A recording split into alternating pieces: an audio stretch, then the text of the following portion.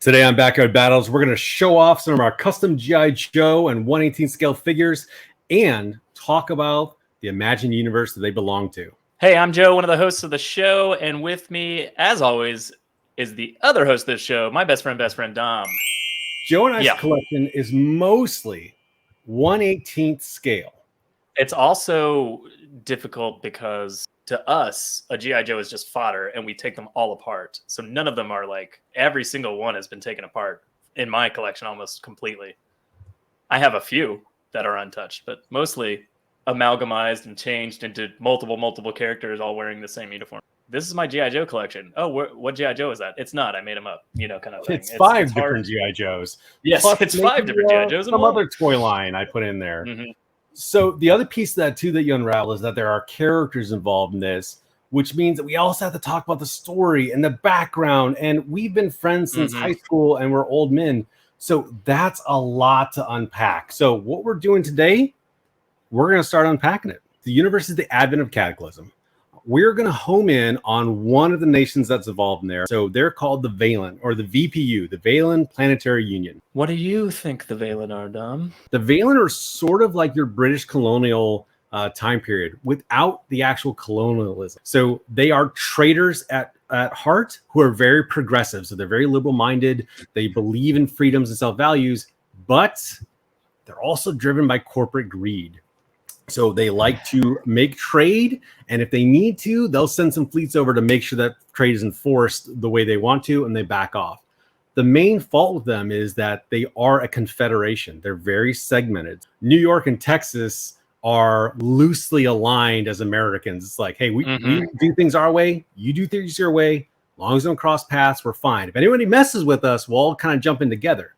And a lot of the cultures like that, we translate into planets. Like this planet is this, and these people are like that, and this planet's like that, And within the toys, it's kind of like, oh, that's an ice planet, so we use a lot of the snow toys. Story-wise, they're kind of the protagonists if you're going to look at this. We tried to create this world so there's bad guys and good guys, but ultimately, it's just soldiers and nations going to war with each other, and they're not necessarily evil or good forces, right? This isn't the light side versus the dark side kind of thing.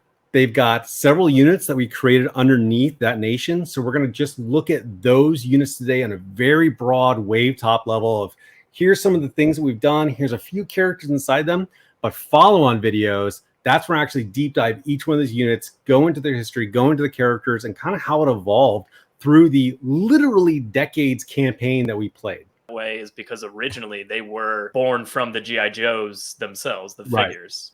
You'll see on our screens here, it's mostly infantry dudes. It's more fun. They're more character based. It's more character based. Of it. That is the human grit. Look at that. They have.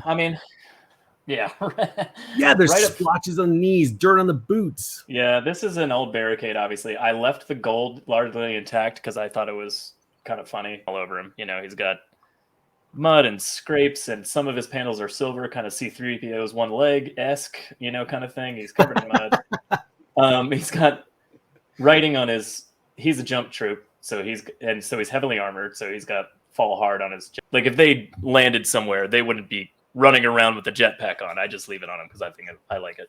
This is also a barricade, but he was, if you remember from back in G.I. Joe times, he's the pink one. You can see the paint scraping off in places. He's got pink under, or that neon orange, I don't know what I think it was pink, but you have humans in advanced civilization that are in the mud watching people die and struggling. Nature of warfare that humans suffer, and I wanted to be able to capture that. And these are some of my characters that are just scuffed up, marked up, bloodied, dirt all over them. That's what we want to capture. Same feel we wanted from our reality, which is just these guys out there in the muck. So Joe's main protagonist, Griffin, was who I pulled into this reality that already kind of started hashing out.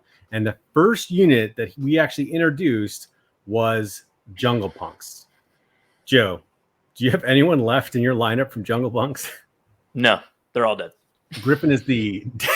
There was a little bit of a stab, like, no. Tried to do in our gameplay. Like, we wanted it to be real. So, like, we wanted people to die.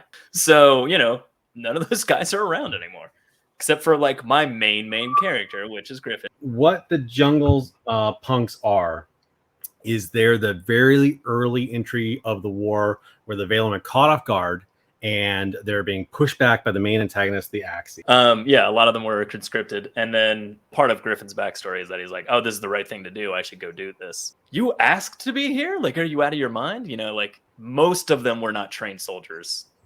Their standing military was very loose. Not really very a militant society, but we've got to do something or we're going to be taken over. Institute the draft, and you start pulling people in there. This should invoke, by looking at these guys, are one, these are the toys we had. So there's Bazooka, the most like militant G.I. Joe of G.I. Joes. Yeah. But it's what we had, and we weren't really swapping out heads or adjusting O-rings and stuff like that. I've got a Bazooka. I'm going to bring him in there. And then you've got this Flash, which I've modified and glued a BBI or 21st century head onto him there. And then you can kind of see like these are just green guys. They made those G.I. Joe green shirt guys that were keychains. Yeah. And they all had a keychain loop, plastic loop on their back. Did you cut it off? Oh, it's still there. God, we bought a ton of those things. We're like, oh, another keychain. Oh, another keychain. But they were actually pretty solid figures, especially if you just wanted a base green G.I. Joe. And that's the thing. So it's very simplistic. It's a single harness. It's a grenade on there. There's not a lot of like you would not mistake this guy as elite. People who are just slapped on with equipment. And I even I gave them all the classic G.I. Joe laser rifles, or we were using M16s at the time. Not even very sci-fi. We wanted to capture the feeling of being the underdogs. How did it feel being Griffin as a squad leader, slowly raising up through the ranks to platoon sergeant? How did it feel for you as that character when you fought against the Axie? No, yeah, it was constantly, in terms of like a game and like a D&D style Let's Play with Toys game, it was very overwhelming. Surviving by the skin of your teeth, always losing a guy or two. We lost that guy. That guy got injured, you know, like, and it just kept going like that. And that's why I jokingly was like, Jungle Punks? Are you kidding? They're all dead. Like, we were using Vipers a lot for the other side. You know, they're all decked out in like armor, have backpacks and rifles that work. And so just, even if it was just a base G.I. Joe Viper, like it still looks like he's geared to the nines versus one of those little green guys that you got there. Yeah, just that. Like a vest with armor, multiple like armor bits, proper camouflage. Compared to a Viper, which has a mask, and instantly your mind can imagine, if you're in sci-fi, like, oh, there's probably all sorts. He's got like a heads-up display. Yeah, like he knows everything that's going on with his body. Like, and with this version, they use the bat's legs. And we like use that as like they had a pad on their leg where they could type into and send messages. And well advanced of the Valen. So most of the first early war was just getting stomped.